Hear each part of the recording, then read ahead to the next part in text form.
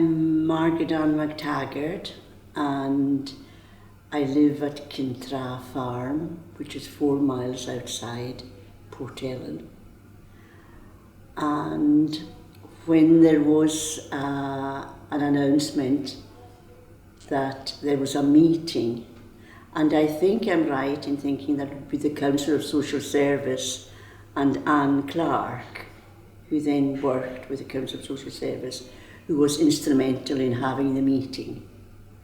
And I remember going to the meeting because I was interested in what that might mean. And then they wanted to appoint a chair. So no names were forthcoming for a chair, and no one could think of a chair. So the meeting sat in a kind of unprogressive silence. And so I said, well, rather than have the thing fold up, I would be willing to go into the chair. But Danny Campbell said he didn't think that was a good idea because I would want nothing but Gaelic. And if I became the chair, then those poor souls would be led up a Gaelic avenue. So we waited for whoever else was willing to put their head in the noose. And that's how I became chair, not because anyone thought I could do it or anything else, but no one else would do it. So I said, rather than have the thing default, or rather fall down, I would do it. We all knew one another anyway. So there was no introduction, it was just, and it wasn't even a case of getting introduced to the committee, it was a case of dragging people off the street and saying, hello Shaw, come and give us a hand. So it wasn't, you're coming to join, or would you like to come and join the committee? It was just, we need help for such and such, and we just went along, and then before long you got a title, or you got a title, didn't you? Oh, you'll be the secretary. All right, okay, doc. And that was it, and just ended up with the job. Well, the community spirit was great. It was easy to get folk to help out. We weren't so keen on joining the committee. Like it's still the same today. But if you go out and ask for help, there's plenty of help out there. I think there were 15 of us on the committee to start with, and the meetings were very formal. I don't know whether they ended up that way, but we discovered quite quickly that they had to be formal with a long agenda, chaired properly. Margaret McTaggart always addressed as Madam Chairman and so on.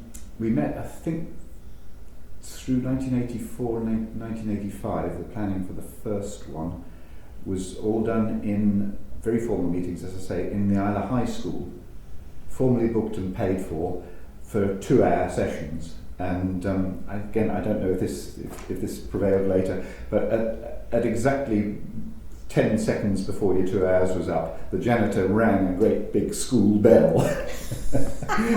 So then we had to clear off. And one of the reasons that we had so much work to do in the year and a half of planning was that we ended up with 41 events, a mixture of all sorts of things, quite a lot of history, quite a lot of music, but also theatre, walks, talks, church services. Yeah. There was quite a spectrum in year one.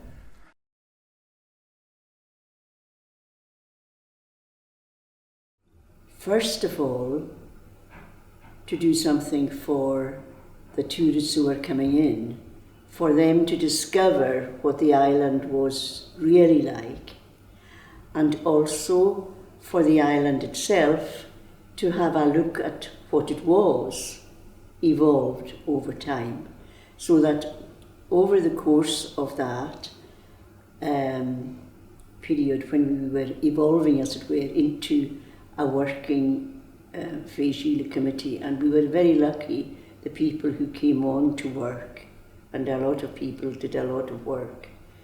It was also to get the community to look at itself and to use what it had and to realise the value of what it had and the value of what it had in other people's eyes, if not in their own at that time.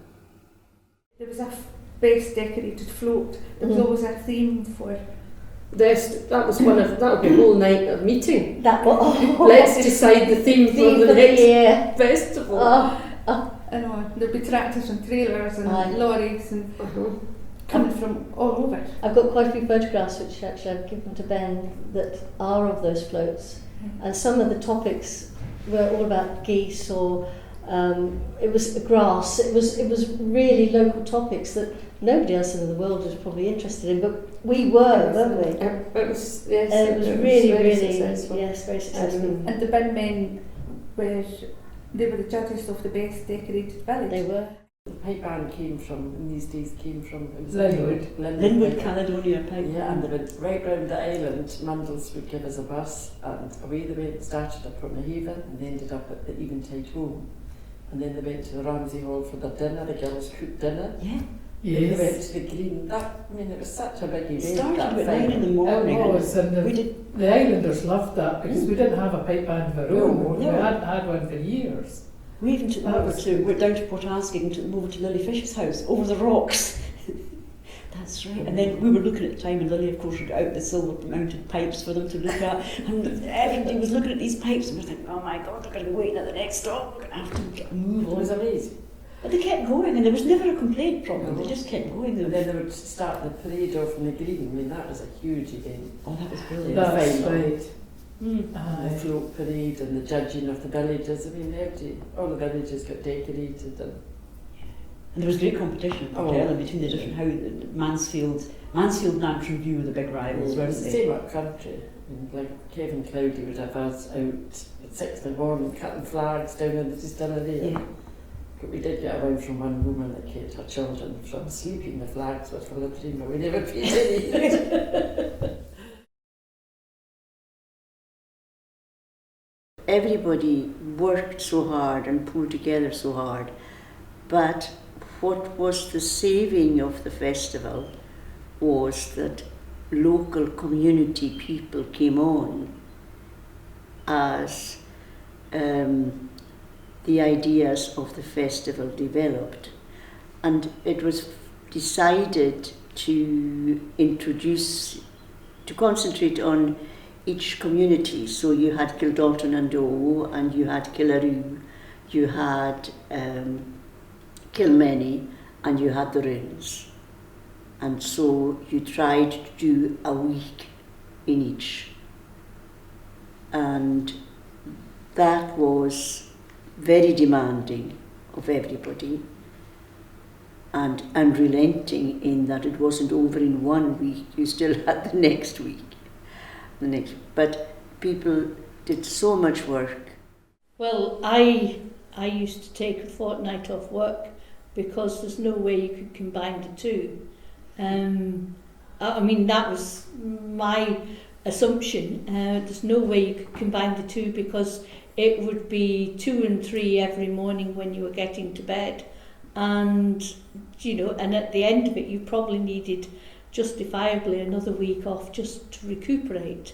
But there was always something on every day, but it was the sheer antics that went along with the events. I mean, that actually a bit like, how do you get a donkey back from Ireland? It was all of those associated things that actually become most memorable. Almost a blur, really, because there would always be something happening, often 2 or 3 things simultaneously. There might well be an exhibition somewhere or a walk going on somewhere else, and meanwhile you knew that at 6 o'clock you had to be at a hall to open the doors to let a band in for the sound check for a gig. You had the Gaelic choruses down in Portnahaven. It was one end of the island. Oh, yes! You're running between them all to make sure everybody had tea. I think he just had enough clothes for 2 weeks, so you just would go one night, drink up in the morning. There was some nights we had events in 2 places. Yeah. I remember one night we had a piping recital up in Bunnahaven, and you and I did the door at that, and then there was something on, I think it was in Bowmore as well, and we would sort of get people in the door, get the money, and go away to the Right, next to the event. next event. Yeah, I can't remember what it was. And then we went to the RSPB on a Sunday night.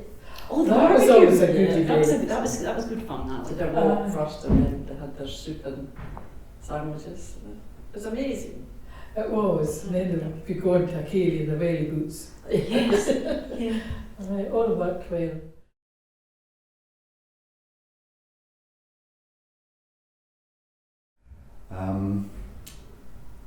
One of the interesting things, and I don't know if this is appropriate at this point in what you're filming, was how little the festival was to do with whiskey in year one. Partly that's because it's not a million years ago, it's 36 years ago, 37 years ago. But in those days, the distilleries weren't in any way polished in their marketing. No. You know, they didn't have no visitor centres. If you wanted a tour of Lefroy, which I remember doing as a visitor here in late 70s, if you wanted a tour of a distillery, you could phone them up and maybe the manager would take you around if you fancied it. It was That wasn't organised.